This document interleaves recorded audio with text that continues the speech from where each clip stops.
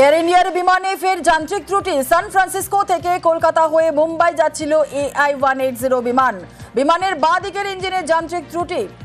আরো বিস্তারিত জানবো, আমাদের সঙ্গে রয়েছেন আমাদের প্রতিনিধি অনুপ চক্রবর্তী। অনুপ, কি জানা যাচ্ছে?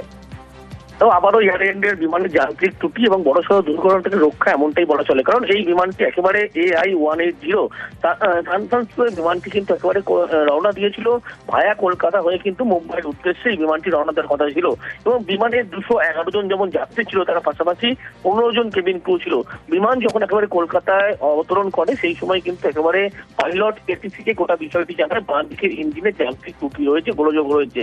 এরপরেই তড়িঘড়ি একেবারে এটিসির পক্ষ থেকে বিমানটিকে নির্দিষ্ট বে নাম্বার নিয়ে যাওয়া হয়, যাত্রীদেরকে নিরাপত্তার সঙ্গে নামানো হয় এবং এয়ারপোর্ট অথরিটি থেকে শুরু করে সিআইএসএফ আধিকারিক, অন্যদিকে ইঞ্জিনিয়ার, তারা কিন্তু একেবারে ঘটনাস্থলে পৌঁছয় এবং দেখা যায় বিমানের বাঁদিকের ইঞ্জিন সেটাই কিন্তু যান্ত্রিক গোলযোগ রয়েছে। তারপরেই যাত্রীদেরকে নামানো হয়। বিমানটি এই মুহূর্তে এখনো পর্যন্ত 12:45 নামলেও মেরামতির কিন্তু যেমন কাজ চালানো হচ্ছে, অন্যদিকে যাত্রীদেরকে কিন্তু একেবারে অন্য ফ্লাইটে মুম্বাইয়ের উদ্দেশ্যে নিয়ে যাওয়া হচ্ছে বলে এমনটা স্পষ্ট করা হয়েছে এয়ার ইন্ডিয়ার পক্ষ থেকে। গোটা বিষয়টি ইতিমধ্যে বিমানবন্দর কর্তৃপক্ষ তারা যেমন খতিয়ে দেখছে, যারা উচ্চপদস্থ আধিকারিক রয়েছে বিমানবন্দরে তারা কেউ দেখছে। বিমানের যে যান্ত্রিক ত্রুটি হয়েছিল তার থেকে কিন্তু একেবারে মাঝ আকাশে হলে বড়সড় দুর্ঘটনা ঘটতে পারত, এমনটাও মনে করা হচ্ছে। ইতিমধ্যেই সেই বিমান মেরামতির কিন্তু কাজ চলছে। ধন্যবাদ।